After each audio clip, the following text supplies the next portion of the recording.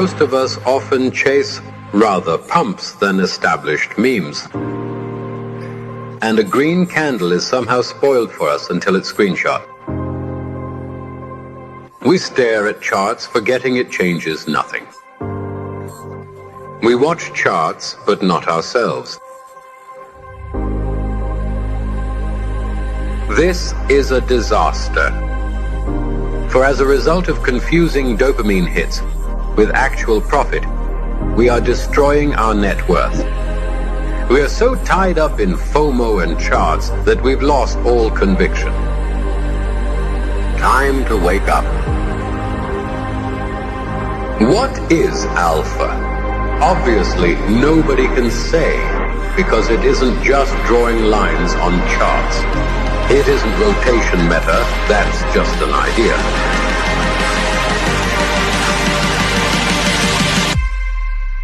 Alpha is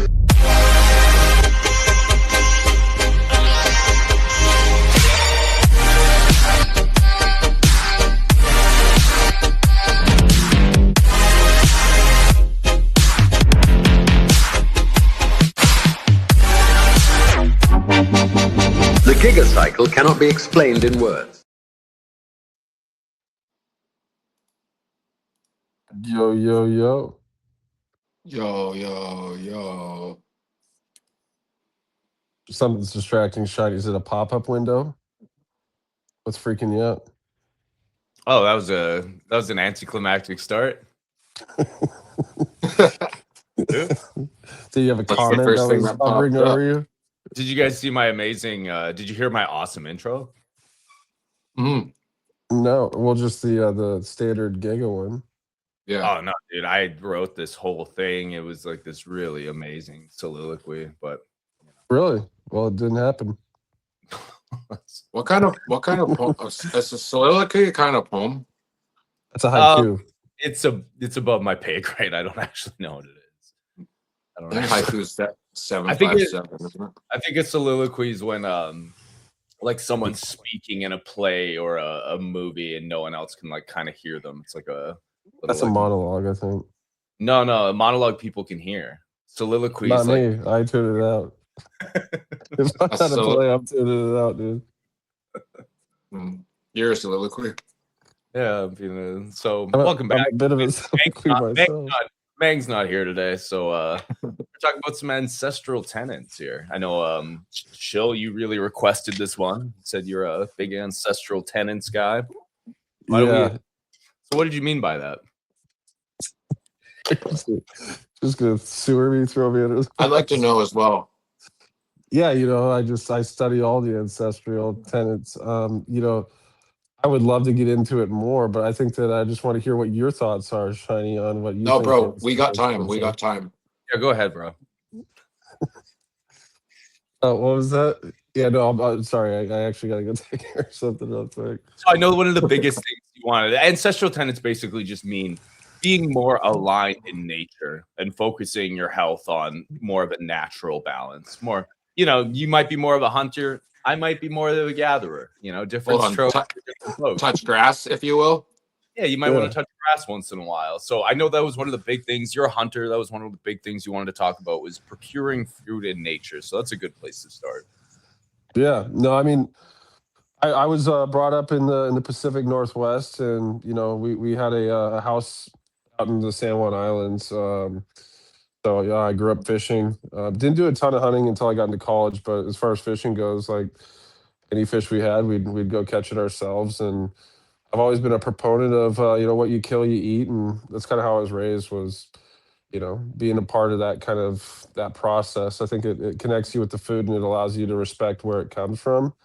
Whereas a lot of people they go to the store, they buy it, they don't really fully respect life. I think with that regard, that's the irony. Is I think a lot of people think that hunters are like killers, but you'll find that a lot of people that hunt and actually procure their own meat have more respect for life than people that just go shop at the store. So anyone you talk to that's actually involved in that lifestyle, they want to see the environment be healthy, to continue to produce things that we get enjoyment out of, and that's getting out into nature, that's going hunting, that's going fishing, and You know, there's more money, more stuff that's raised by that group of people than, you know, these people that are anti-hunting, anti this, that, and the other. And the funniest thing is any of them that you'll ever talk to, like they use all these animal products. They're completely disassociated with where anything comes from. And I think that when people actually sit down and they have a better understanding of the process and why people do what they do as far as, you know, hunting and fishing, I think they do gain a little bit of respect. A guy that I really like watching is Steve Vernella. I was just gonna mention him. Yeah, he's badass, and honestly, the way that he kind of explains hunting and stuff, it's actually entertaining. Even people I know that aren't into hunting at all or any of that stuff, Well, they dude, do enjoy the it's show. entertaining and it's super educational because I just started watching that Mhm. on it used to be on Netflix. I watched it on Netflix for no reason, and that's actually what got me into hunting because I could see like it made me realize I didn't want to be part of like the commercial meat industry because it's Mhm. fucked. And it made me realize that like, yeah, if you can eat something, you should also have a connection to how it gets there and consideration to how it gets there instead of just being in a shiny plastic package that like no one even thinks about, right? Because it's everything's just on easy mode. And I don't know, Mhm. it made me realize how like fucked up everything was. So I started hunting, and that only lasted a couple years after, like, you know, well, especially like where I'm from in like British Columbia, Canada, it's all just like big mountains and everything, right? So like hunting Yeah. there's very hard. Very difficult. Um Yeah. very hard. Yeah. All I ended up killing was like some turkeys and a ton of grouse. But Mhm. and then so when I quit that, I actually decided, like, because I said I still didn't want to be part of the commercial meat market. I did go vegan for quite a while. And I'm not anymore because I'm just not. But, I knew he was going to hit you but with that yeah, one. I just feel strongly about having that connection to know where your food is from. Yeah. My brother and my dad took me out, and I was like kind of their bartender when I was younger, and we went camping, and my brother put a bounty on squirrels. If I hit a squirrel with a throwing knife, I got $20. Is that kind of what you're talking about? But you got to Absolutely. eat it. Did you Eat it did if you you hit kill it. it? No. Yeah. Well, as With you the know, throwing I've knife. Very you know, hard. similar to that, like I shoot doves with an air rifle off of my neighbor's roof, you know, so it's What's up, a John? similar vibe. But no, honestly, dude, like you're saying, Rachel, I think having that connection and having that respect, and then also, you know, you talk about kind of the brotherhood and the bond. I mean, I don't know if mine was being a bartender throwing knives at squirrels, but you know, you get out there, hang out with the boys, and it's you know, something that I think that everyone needs. They like need that kind of trip to get away. It's a good Hell yeah. excuse too, like to get away from social media, to get offline, to actually be present. There's something to be Well, said too about just like sitting out in nature and like I mean, it's some people might find it boring, but like just sitting on a mountain and just glassing for animals, like dude, it's I loved relaxing. that. Like even if you don't like come back with anything, just being out there, like in nature, silent with like your buddies, just being there, being so present in nature. It's an experience that everyone, I think, should have. It's That's crazy how much your another senses ancestral too. tenet right there, bros. Yeah, Yeah, your senses are just like so locked in and in tune too, because well, like you're kind of searching for something too, right? But it's like you yeah. feel very primal in that moment. They're almost too heightened though, because you'll think a squirrel's a deer. Like just like the squirrel be Yeah. making the most noise in the world. You're like, here comes one. And it's always a fucking chipmunk. If you're elk hunting and you hear any rustling around in the brush, it's always a fucking chipmunk. But yeah, man, it's like literally everything. Like you just like your senses, like you see every single movement, you hear every single thing that like it's kind of interesting. Like if you just relax, take a breath, like just sit there and just listen and take it all in. How much you miss, like if you really think about like when you're going through your day, like how much you miss just by not being observant. And you know, when you're out there, it's the complete opposite. Like you pick up on literally every single movement, every single thing that Everything. happens. So one time when I was in my younger years, when I was hitchhiking and dumpster diving and living outside, I slept up beside this mountain near Nelson, BC. Rage knows where that is. That's where I'm And from.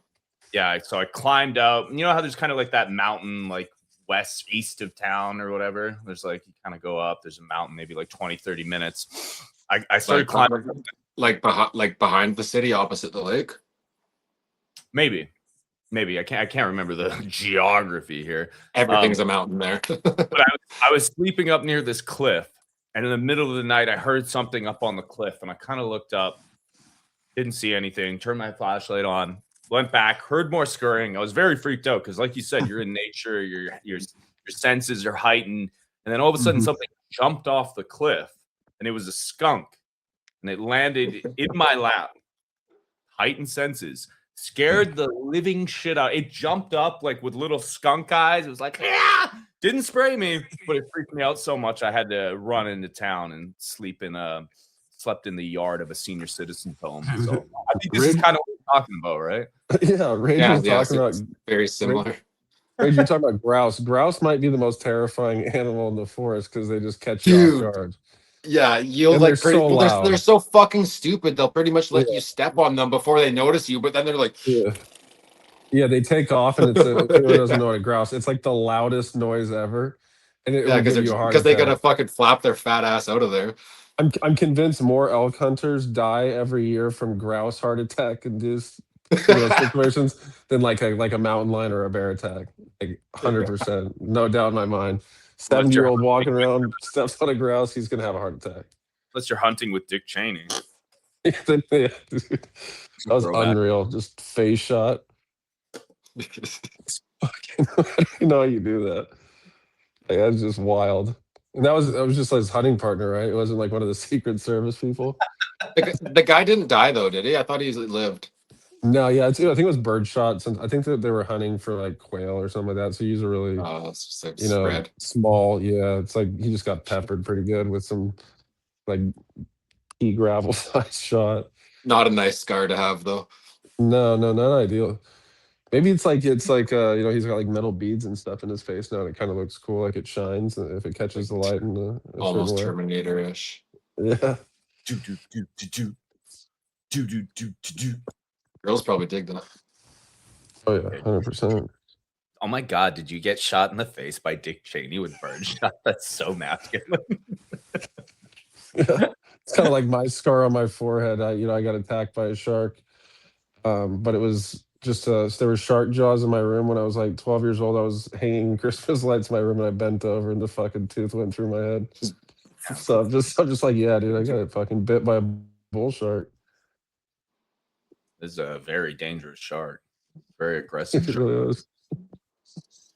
So the ancestral tenets, we have movement because our ancestors didn't work out. They moved constantly. We have cold and heat exposure because ancestral humans weren't temperature controlled. Sleep and circadian rhythms. Ancestors slept when the sun was down, woke when the sun was up. Eating patterns, community and tribe, sun exposure, stress and rest, movement types. So any of those you guys want to jump into? Range. So is there any that calls to you? The obviously movement. That's kind of what most of my life is about when I'm not sitting on my ass doing crypto stuff. I saw you doing some cool workouts lately. What take us through a little rage workout? I saw you doing some offset carries, some battle rope work. Yeah, I've been trying to I haven't really been doing much lifting. Obviously I'll chuck in a chest day here and there because you gotta, but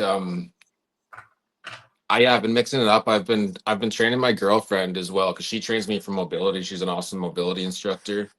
But yeah, I'll just mix it up. I'll do anything I can with kettlebells, battle ropes. I've been pushing the sled.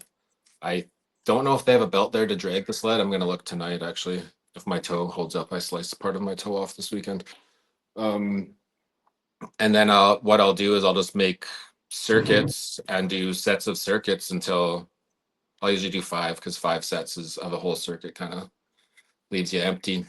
But yeah, I try to keep it mostly functional, unconventional movements, just the way that I guess this does work with the ancestral tenets of movement because they were always moving in like what we now call unconventional ways or or what, however you want to call it. But that's how your body's supposed to move. It's supposed to twist, rotate with power. And yeah, I just try to imitate that stuff. Battle I think ropes last are disgustingly hard. yeah, man, they suck. You should see the reel I posted on Instagram today. It's my girlfriend actually made it. She makes hilarious edits of our gym content. But you see me on the battle ropes, and then she's using the same battle ropes, just like trying to move them. It's so funny. Pull it up. Giving it everything she's got. Yeah, let me pull this up for us. Oh, can you screen share on that? Yeah, I can screen share. Yeah, so it's my latest reel.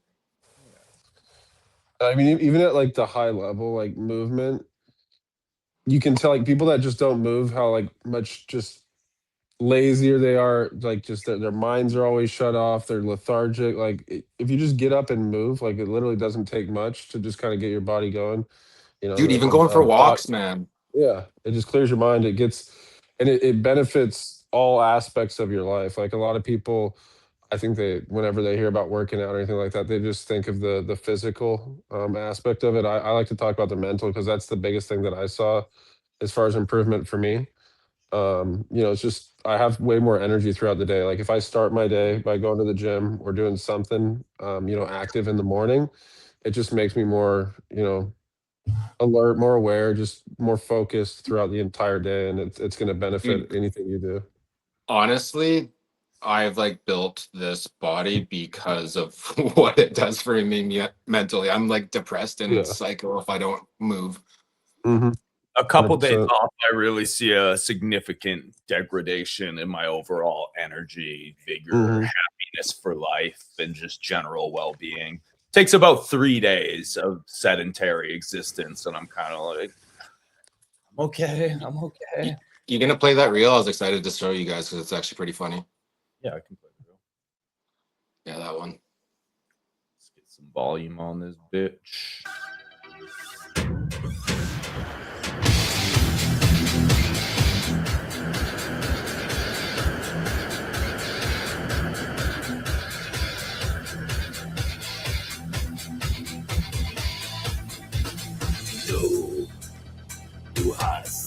Comparing pump. Willst du bis der Tod euch scheide, treuer seid für alle Tage? Nein. Nein. Pretty cute. That one where she's actually doing good on the battle rope, that was like at the very end when she was like pissed off and locked in.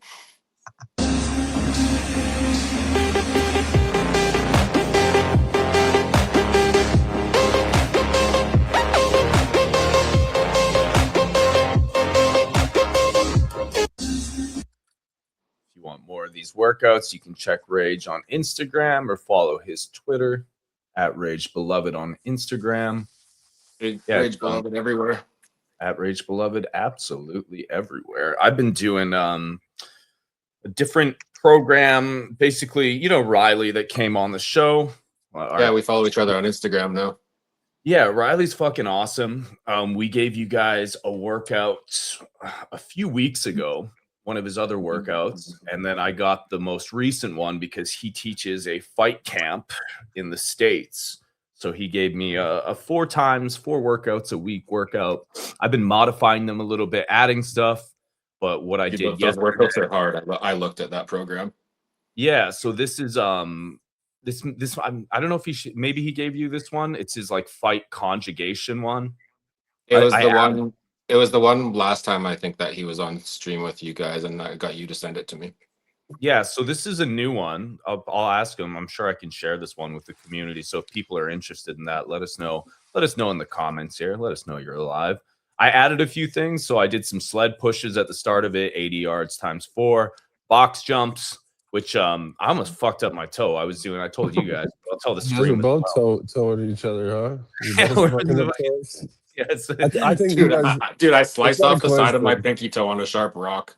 No, you guys were playing footsie or some shit. You fucked up your toes. You had to come up with some bullshit story. I I was doing one leg box jumps, and I was doing it with my rehabilitating leg, which I've had chronic injuries on. And I jumped just a little bit short of the box, going for an new all-time high. And my toe just curled, and I just landed on my big toe on the top of the box. It's fucking brutal, but One leg box jumps. Yeah. Hmm. Yeah. One leg box jumps. So I don't know if my left knee could handle that. That's been my difficulty too. That's why I've been doing a lot of a lot of backward sled drags. And since I started doing those backward sled drags, my knee feels way fucking better. So every workout, you can do that on the treadmill too. You can, but something to having that weight, going slow, going toe to heel with that weight, it's really alleviated a lot of my knee pain. Sorry, I shouldn't have said treadmill. What's that one that's like, it's not electric and you push it and you can set the resistance on it? You know what I'm talking about? Lots of CrossFit guys use it. Yeah. I don't know what it's called. The one that's very, very loud in the gym. You hear people running on it. It sounds like the whole gym is being destroyed. Very annoying. It's the U-shaped one. Is that the one you're talking about? Yeah. It's like the self-propelled. It's the most annoying thing when someone goes ham on that thing. It's insane, Just bro. fucking, dude, chill out. Yeah. So back to I'll run through the workout really quick. Sled pushes, box jumps, broad jumps, landmine complexes. I've been working out a lot with the landmine lately. You guys ever do landmine shit? Mm-mm. Bro, the landmine is fucking awesome. I'll pull something up on Instagram of some of the landmine stuff I've been doing over this. Then I've been doing some knees over toes, kind of mobility band stuff.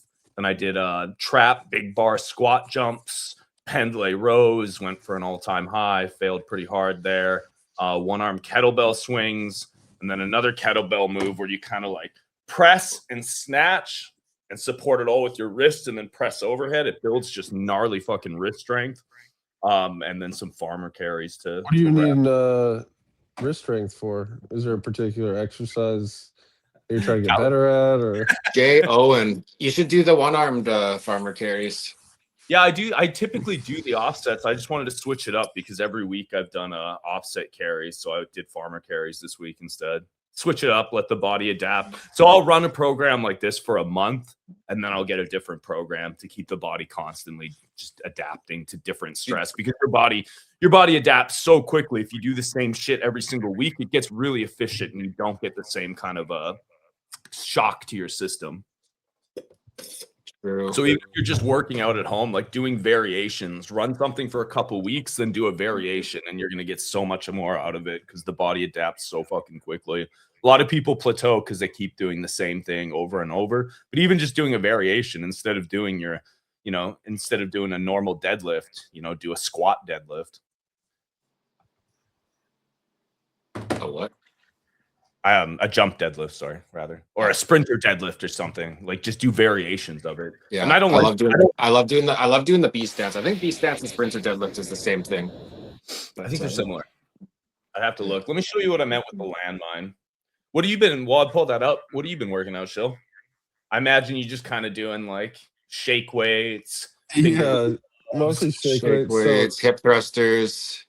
I work out with my cousin, so he was a college baseball player, so we do a lot of the shit that they did in college. Like I just basically, he just fucking runs us through whatever. Traditionally, Mondays we do chest and biceps. Tuesdays we do legs. Wednesday we do cardio. Thursday we'll do back and shoulders and triceps, and then Friday just kind of a douchebag workout, arms. That's whatever we feel like. If you're doing that kind of split, I'd suggest doing leg day the day before chest day, because everyone wants their chest to be the strongest day, right? Gets a lot of the testosterone pumping through your body. Okay. It's hard on Monday to fucking start with legs though. Yeah, but it's good to just get it out of the way, man. Yeah, I feel it. As a soccer player, my legs have always been my strongest side. I don't know why.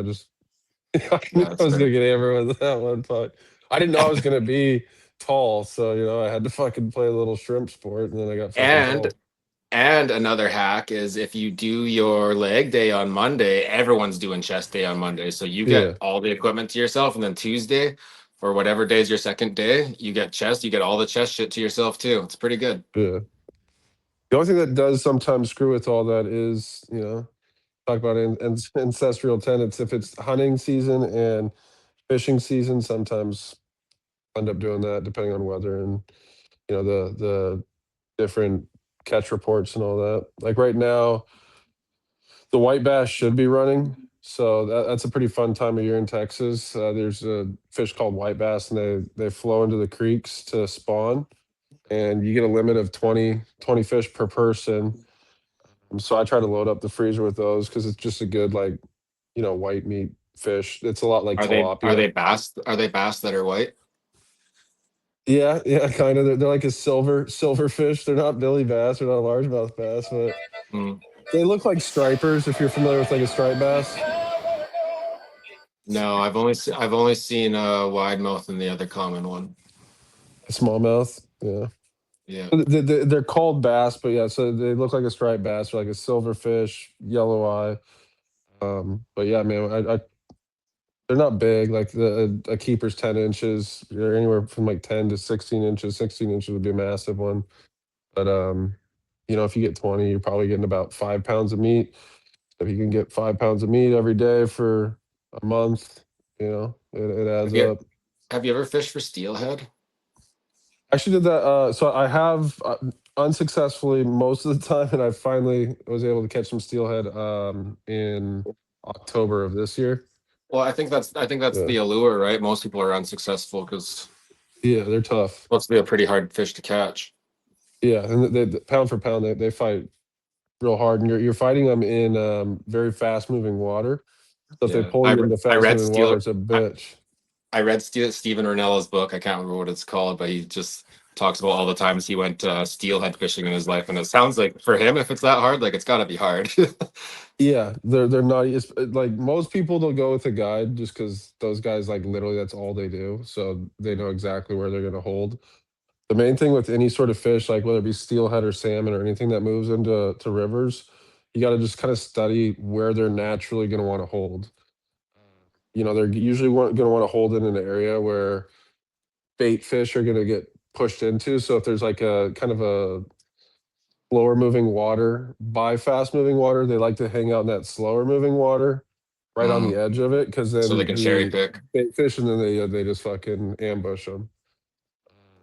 The other interesting thing is, like, it's a terrible character flaw for the species, but steelhead are about preserving their own bloodline.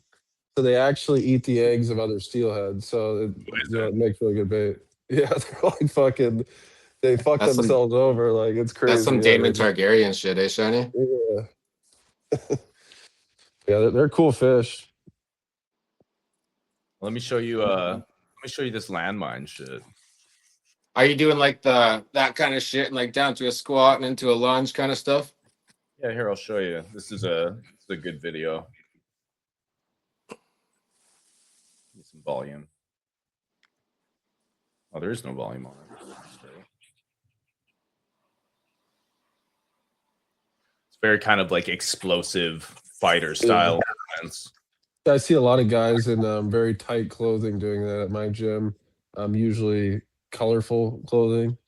This one, I really like this one.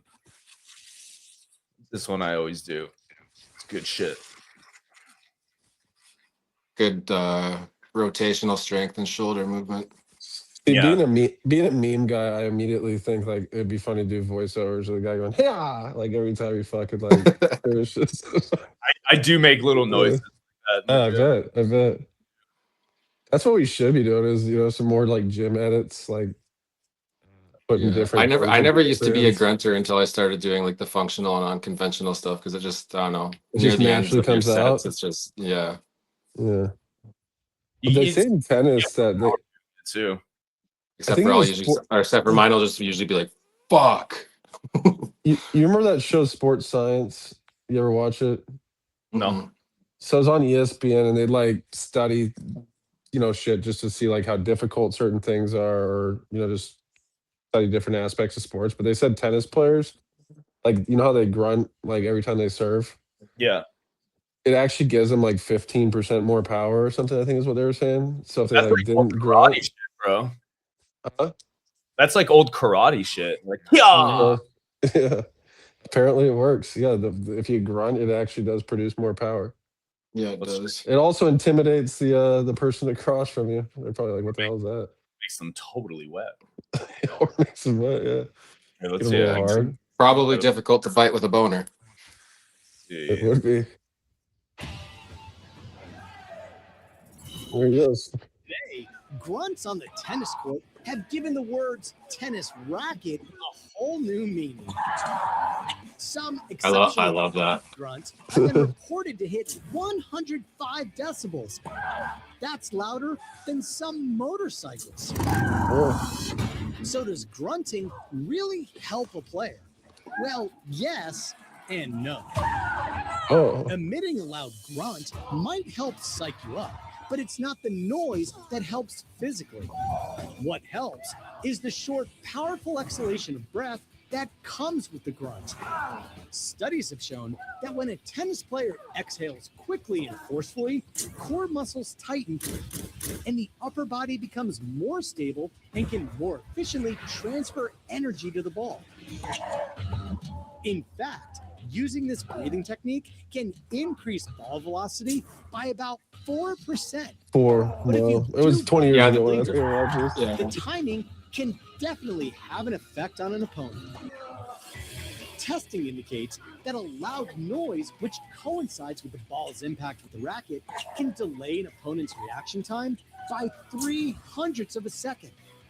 When running after a ball at 10 miles per hour, that delayed initial reaction translates to nearly half a foot. For ESPN. There you go. You heard it here. That's maybe what the girl I've been seeing. She's like, if you make more noise during sex, like it'll feel bad. Maybe it's kind of similar. Yeah, right? or 4% improvement for you. Dude, make more noise. Girls love that shit.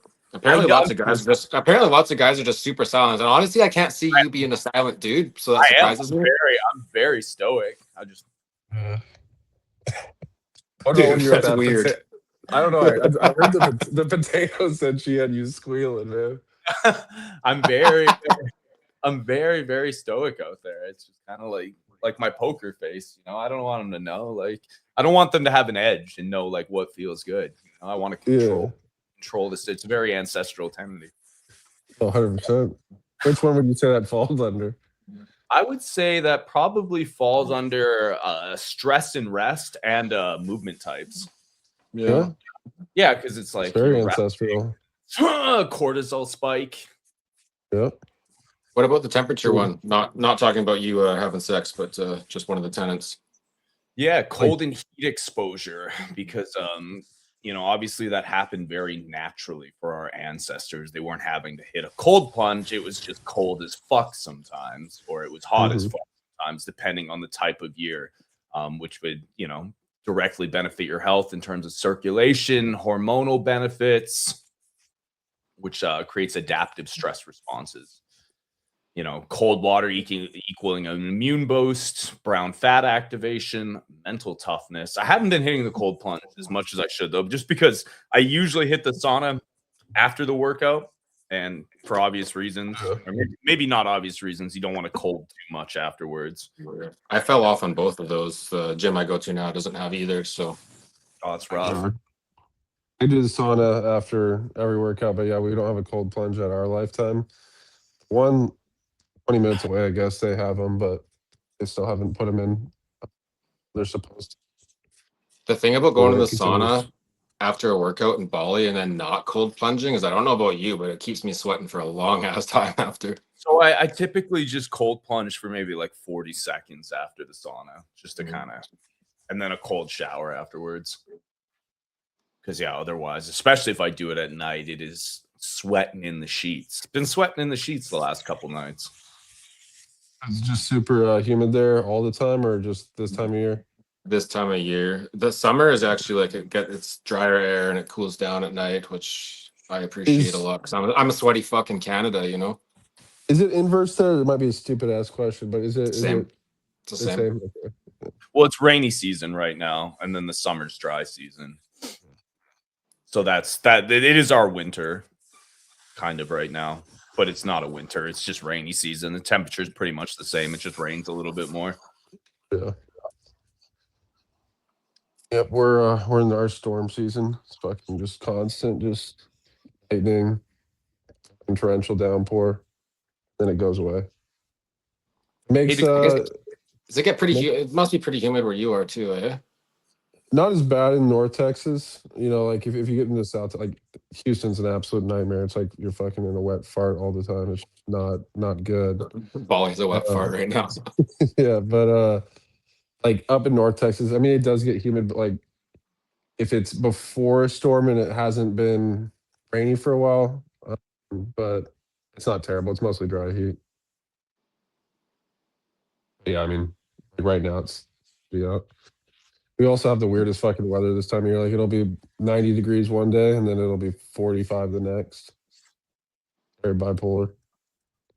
When it's to go back to hunting the ancestral tenets a little bit, like when it's a different season, are you training differently? Like, are you doing any long kind of like backpacking trips where you have to kind of train differently to build up different strength to potentially carry out an elk or something? Yeah, so this year I got drawn for an elk tag in Idaho. So especially the unit that my buddy wanted us to apply for, it's an absolute nightmare. It's the Middle Forks unit.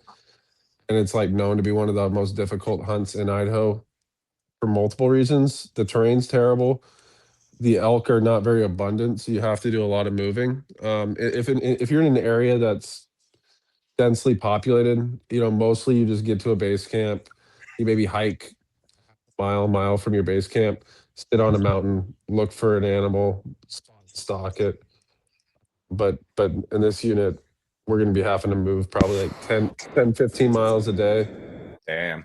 So it's going to be a lot. Like he's hiked multiple mountains, you know, and he's like always been a guy that he just loves being out in nature. He just constantly hiking. And he said last year when he got his elk, packing it out was the most difficult thing he's ever done in his life. So because of that, yeah, I think you want to prepare for success. The main thing with hunting, especially, you know, elk or any big game animal when you're out in the woods, is calming yourself down for the shot. Because you can get over the crest of a hill and then there's an elk on the other side, and if you're not in good shape and your fucking breathing's out of whack, your heart's racing, you're not going to be able to hold that gun steady. So that's why it is important to be in good shape, and especially if you're a bow hunter, because it doesn't take a whole lot to make an arrow go from hitting your target to completely missing it. Like it's very subtle movements. So that's why you see guys like Cam Hanes just in tremendous shape. Like he's That's always actually what I just shot smooth most. and cool. That's what I shot most of my girls with, was a bow, compound bow.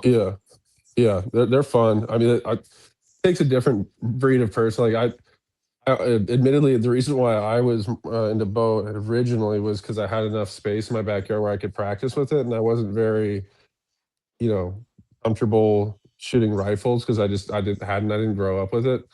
But ever since I moved to Texas, we shoot a lot more guns here, so I don't really use the bow a whole lot.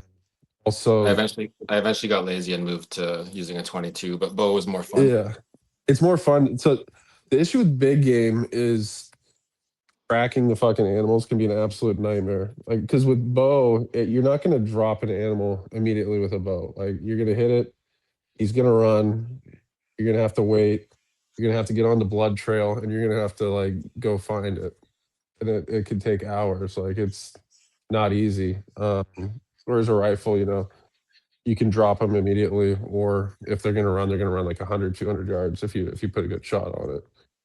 So it's just, I think that a lot of people that do bow, to back to kind of what we're talking about, it's to kind of get more in tune with like the ancestral nature of it.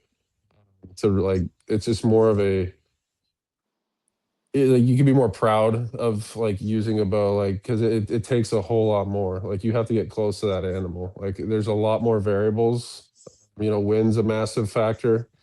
Depending on what you're hunting, they're going to have different attributes. Turkeys can't smell for shit, can't hear for shit, but their eyesight's really good.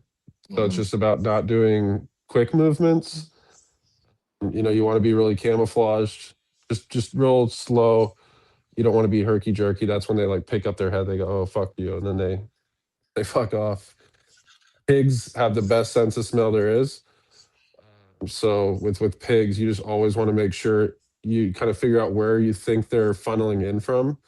And you want to obviously have the wind in your face, so it's pushing your scent behind you and not towards where you think those pigs are coming in from. So different animals, I think it's just you have to kind of think about your approach. And going back to what you're talking about as far as like training physically, for me in Texas, admittedly, it's more of a it's not really, I mean, you're hunting over a feeder in most cases. Like it's not like that difficult. It's just about just getting out there and making it happen. But if you're going out in the mountains, you definitely want to be ready for it. Like I think a lot of people they don't prepare themselves before. Like for me, They I'm probably gonna don't even start doing think a of ton of it cardio. They don't. Yeah, they just think, oh because yeah, they're I've not hiked used to that before. kind of terrain. And, like you're hiking a freaking animal that, I mean, an elk, you're probably packing out like 400 pounds. Like For sure. hopefully you have some people with you. But man, if you're packing up 150 pounds on your back and you're having to hike out 10 miles, that's not easy. Good way to get hurt. So how Yeah. are you even training for something like that? Because obviously, you don't have 10 hours a day or something to train that kind of endurance. Yeah, so I haven't started a ton yet. I want to start taking more hikes, so I've started getting to that a little bit more. I think that I'll probably end up getting like a weighted vest, or just putting a shit ton of weight in my hunting backpack and just getting used to carrying that weight. Texas, we don't have a lot of hills, so you pretty much got to train in the gym. Do like a heavy incline on one of the treadmills. Is there like dunes or anything like that you can fuck around on? Not in North Texas, not really. You might be able to find like a shitty beach on a lake somewhere, but I don't think that there's really anything that you'd be able to train on. But yeah, for me, it's gonna be mostly just making sure that I'm in good cardio shape. Well, I think we'll end up having 4 or 5 hunters with us, which will be good. We'll all have tags, but the likelihood of us filling more than 2 of those tags real slim. So you'll only have to hopefully pack out once. You won't have to go do like a trip twice, which will be more beneficial. They're taking us up the river via one of those like jet boats, which is bullshit, dude. They're charging $1,000 per person round trip just to fucking Like one get of you those up the river. river boats that you can like literally jump off of rocks with. Exactly. Yeah. So That's the just sick. options are you either do that or you fly in, and the jet boat's able to get us. Actually, weirdly enough, it's actually able to get us closer to where we want to camp than the $1,000 plane. is So, crazy. yeah. So it'll be an experience. All my elk hunting before was just in Washington. A unit like about an hour and a half out of Seattle, over in Eastern Washington. We'd go hunt there, and the thing about Washington is you'll be able to find elk, but they totally fuck the rules and regulations to just make it so that you can't be successful. So if there's a unit that's like got tons of bull elk, they'll say, oh yeah, you can only kill cow elk in this unit. If they got a ton of cow elk, no bulls, it'll be a bull elk unit only. Has to be a mature bull. Like I feel like they just study what's abundant, and then they dick you over. So every Why did time they I went do out that, there, you think? they say it's for conservation, which is true, but just the way that, I mean, That makes sense though, because if it was abundant in bull elk, everyone would just go there and Yeah. fucking crack them off. But the thing I don't fully understand, honestly, I'm just not very educated on it, but logically, it's like you only need one bull to fucking impregnate the entire herd. Yeah. Right? Like you don't need, and that's actually why they want you to cull out the smaller bulls, because they'll try to breed the cows, but they can't. They're shooting bullets. It's very kind of eugenicsy. It really is. They're just Yeah. like the young ones that haven't lived a full life. You fucking fuck them up. But mature bull, leave him alone. And it's just unit by unit. They kind of have different rules and regulations. But the main thing that's pillaged Washington State is, I mean, this is going to sound racist, but the Native Americans. Like, Oh yeah, they, because they have free range on everything, right?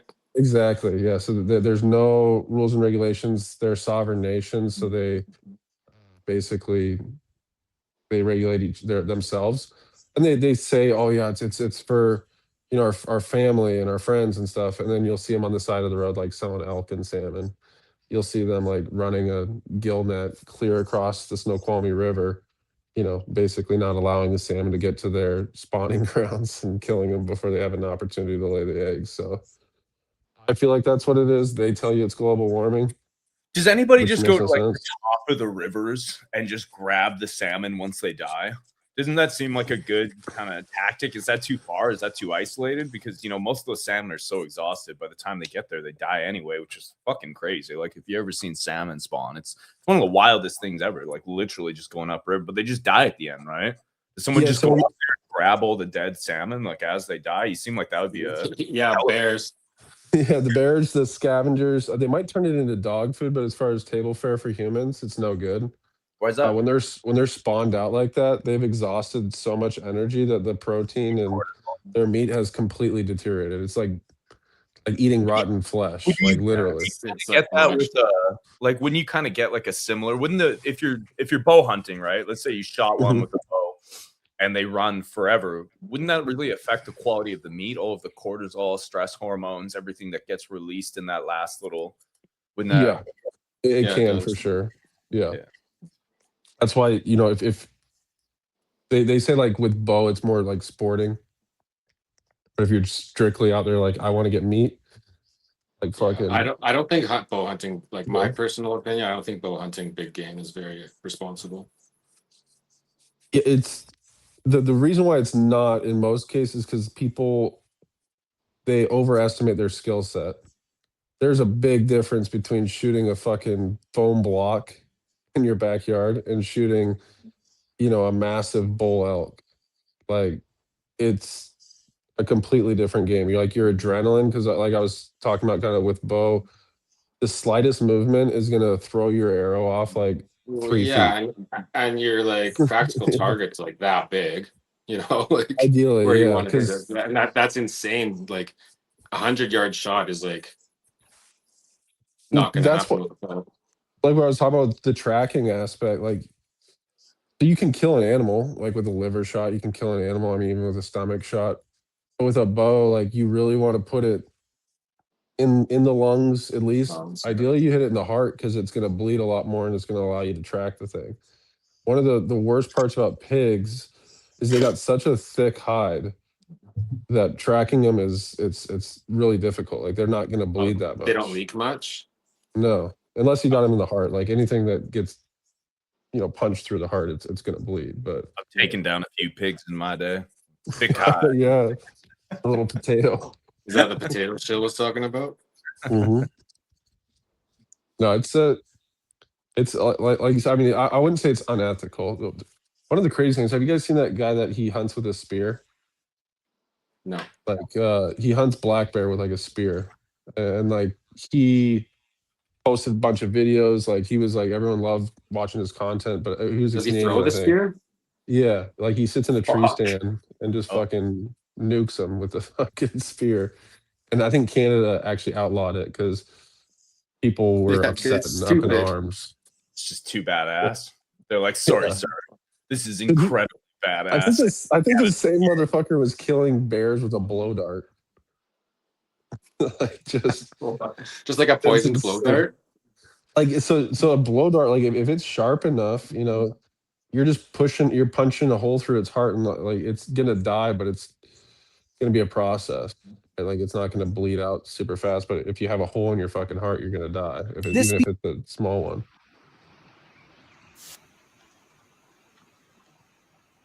This dude's insane.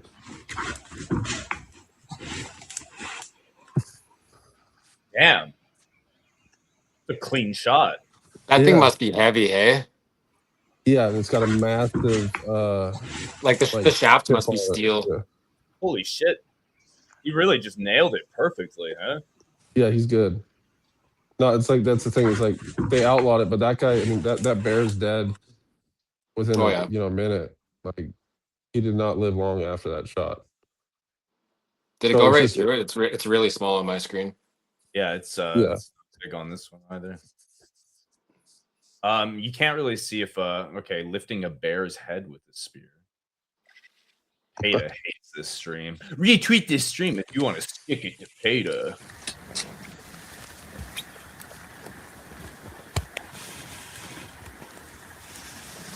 He's got a GoPro on it.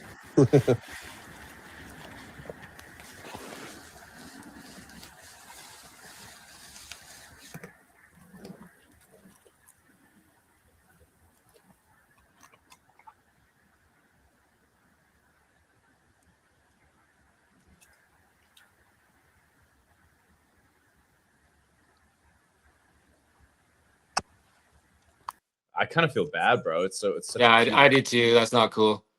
kind of a cute the little thing, bear. the thing about that, so you can tell he's hunting over bait. Yeah. Like, so that's where I'm like, you want to be this badass hunting with a spear, but you're hunting over bait. I want to see Which him I don't have a sprinting problem through the with, but- forest at the bear and like leaping and just Yeah. What I'm getting at is it's like, be a man. you think it's like cool, like you're taking it out with a fucking spear, but you're hunting over bait. So it's like, Yeah. it's kind of an oxymoron, right? Like it's like And you want to he's literally like the sitting most up on a deck. primal. Yeah, you want to do the most primal, most like in tune with your ancestors, but then you're like hunting over bait. I want to It's see like- that guy butt naked with just a loincloth on, holding the spear, running at the Yeah, I thing. want to see him Tarzan in the motherfucker. Yeah, Yes, yeah. that's respectable. Guys like that, I think that they just honestly get bored. Like they've taken out so many animals, and for them it is more of like a thrill of kind of like the trophy, or just trying to like notch their belt, like be like, yeah, I was able to do this with this type of weapon. For me, it's never really been about that. Like, it's cool to get a big buck, like no doubt. Like it's cool to have the trophy. I but think hunting just for a trophy though, like trophy hunting's gay. it is, yeah, yeah. Like so I have a respect for some of the African hunting. There's certain animals where I just don't really see the value there, but the amount of meat and the amount of money that it generates for those tribes, and like you think of it as like, the villagers eat all the meat anyway. yeah, they like don't let you. Times, like the elephants are like ruining their shit. Yeah, no, it's they're usually so animals like an elephant or a giraffe, like larger animals like that, they're targeting certain ones, like whether they're like a nuisance animal or they're like an old bull that's probably going to die within the next 2 years. And we were talking about kind of like the younger elk, how they don't want them trying to mate because they can't physically. It's the same thing with an old bull. The dude doesn't have any more swimmers, but he's still the fucking alpha. Been there, brother. He's Story of my life. He's pushing I off love all the watching young those. ones. that can. Yeah, I love watching those videos of those like African rangers hunting poachers. That's sick. Yeah. Well, the funny They thing is, kill so their asses too. a lot of the poachers that get caught, they actually end up working as trackers and guides. So they like basically do like a rehabilitation. They're like, hey, listen, you can go to jail or you can help, or they'll actually have the poachers then become the anti-poaching force in Africa. So they just like it's like kind of like when the in the US, if they like arrest someone and they turn him into like an informant or whatever, and he like that's just like he just knows kind of the trade, right? So that's the same thing with poaching. Like a lot of those guys that are hunting down the poachers actually used to be poachers themselves. But yeah, I mean, Frank Abagnale. Africa, they got wild shit. Like to prevent poaching, they'll like cut off the ivory from the rhinos and the elephants. Then there's no reason to kill them because that's what all they're killing them for. That's the dumbest thing about poaching is they just only take the trophy, even though there's like tons of meat there. Like if you're gonna poach, like at least poach for your family or whatever. Like my family was hungry, so I killed this animal and I had to get some meat. And these dudes are just like literally killing them for just dude, they're pieces useless of shit. stuff. It's just not, it's not good people. But that's what's tough too, because a lot of that stuff gives hunting just a bad name, right? Like the trophy hunting and stuff, because that's what gets highlighted. When Cecil the lion got fucking killed, things like that. That's what everyone thinks of when they think of like African safari hunts. But I think it'd be cool to go to Africa and kill like some of those more like the bovine creatures, like whether it be a water buffalo, like a sable, a greater kudu, like things like that. Those they're good meat for the tribes. They're super abundant. Like it's all about. You'd have to go there and cook up, or have them cook up a meal and you eat it with them too. That'd be They cool. do that, yeah. So actually, one of Steve Vernell's his newest season, it's 3 parts of him hunting in Africa, and he was skeptical about it, like like we are right now. Like we're like it sounds like basically you open up a brochure and you go, yeah, I'll kill that line, and then you have the guy drive you up in your little fucking safari jeep and you fucking shoot it. But it was a lot more to it. Does he do it Steven Ornella style though? Like not really relying too much on guides and whatnot, more than he No, has he to? actually in this one you have to. So Africa forces you to have guides. You're not allowed to do like a self-guided trip. But it was actually cool. Like he had a huge respect for the trackers. Like they were able to tell exactly where this animal was moving, just based off of like how the limbs of the trees were broken, how the blades of the grass were folded over. They use They like knew, all the echolocation stuff. too, right? Yeah, probably. That's why they clicked. That's what those sounds are. Yeah, but it was interesting. Like, yeah, you'd think it was kind of like lame, and like it's like, yeah, you just go out there, you find the lion under the tree. He didn't kill a lion. He killed a warthog, sable, something else. I'm blanking the name on it. A water buffalo. Was the warthog vicious? Yeah, it was a big ass one. Because you remember in his early episodes where they go warthog hunting with knives, with like buck knives. Yeah, those aren't warthogs. Those are just Eurasian. So, they're hogs. They're like what we have here in Texas. So hogs are originally from Europe. They came over to Texas, like to the U.S. They're very invasive because hog can have, I think it's up to 3 litters a year, and they reach sexual maturity like within like 4 or 5 months. That's So crazy. they're just able to just populate. And what happens too is any domestic pigs that escape, they can breed with the feral hogs. So that's why you get ones that aren't just like black. Like you'll have spotted ones, you'll have like different colored ones. But yeah, the traditional like black boar, like the one you're kind of thinking of, in the particular hunt you're talking about with the knife, that was in New Zealand. Yeah, those things And were they use the aggressive. dogs. Yeah. Yeah, and you get the dog like just fucking biting at its ass, and then you just gotta fucking get in there and just stab it in the heart. They do that in Hawaii as well. It's insane. That'd be a rush. Got a question. Do any spearfishing? Can't say I've ever done any spearfishing.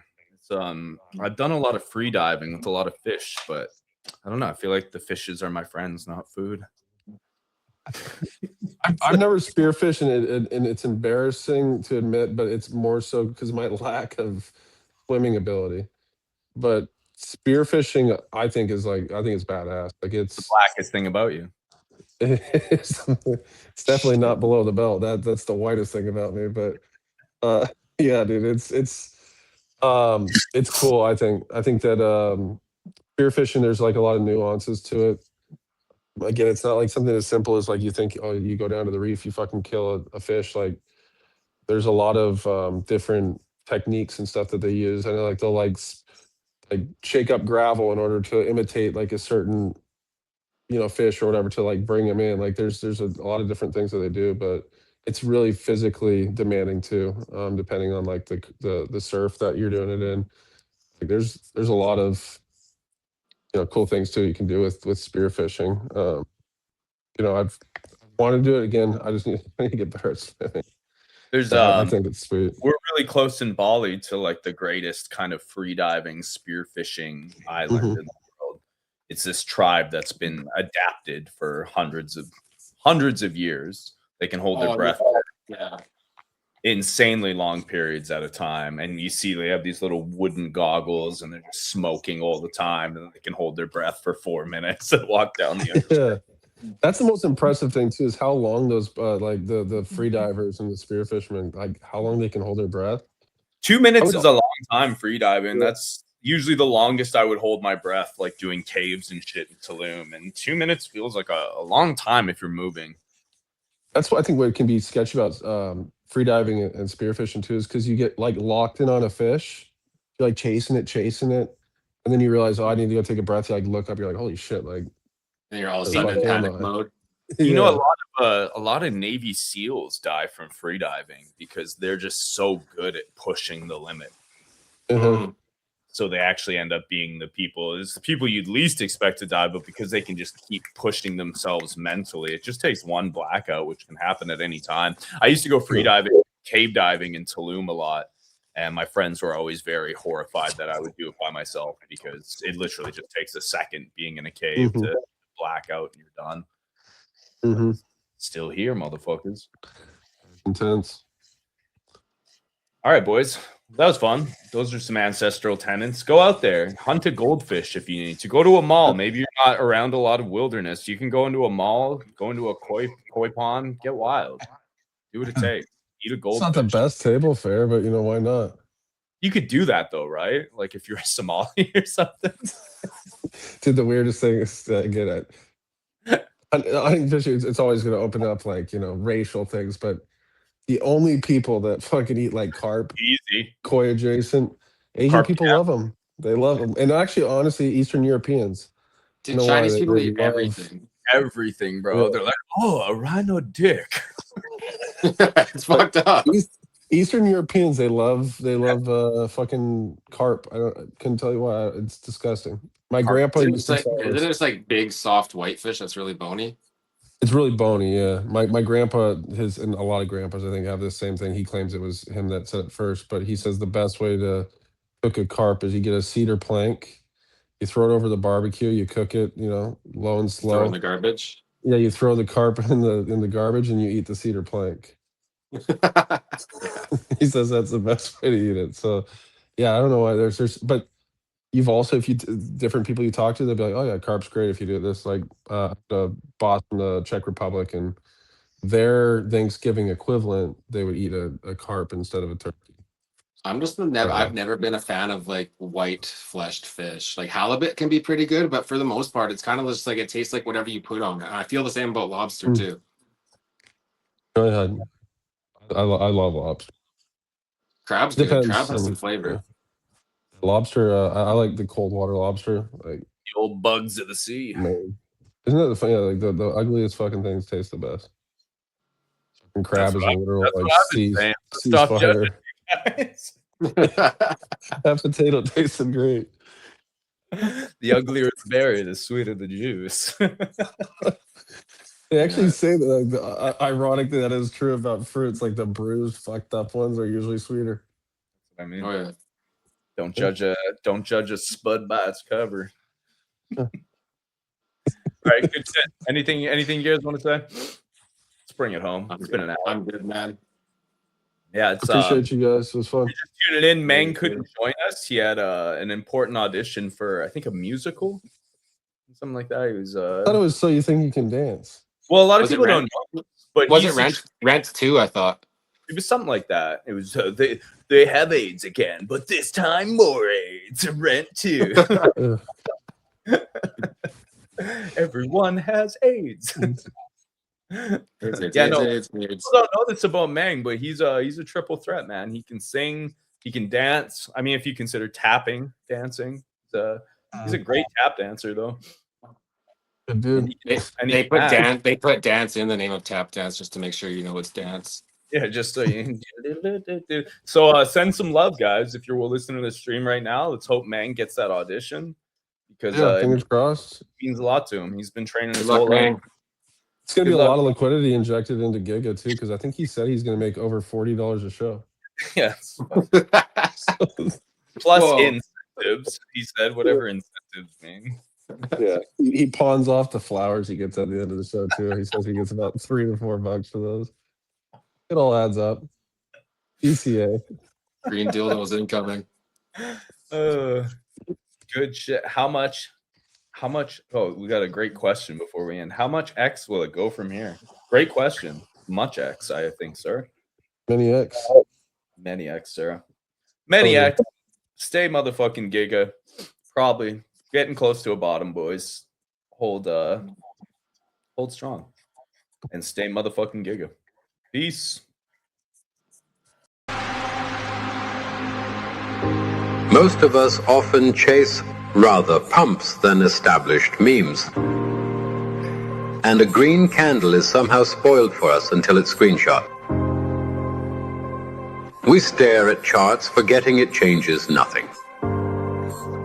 We watch charts, but not ourselves. This is a disaster. For as a result of confusing dopamine hits with actual profit, we are destroying our net worth. We are so tied up in FOMO and charts that we've lost all conviction. Time to wake up. What is alpha? Obviously, nobody can say, because it isn't just drawing lines on charts. It isn't rotation meta, that's just an idea.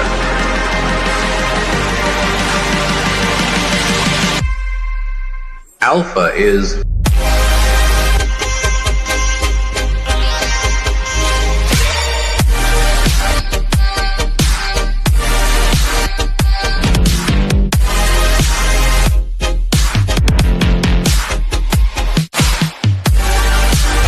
the gigacycle cannot be explained in words.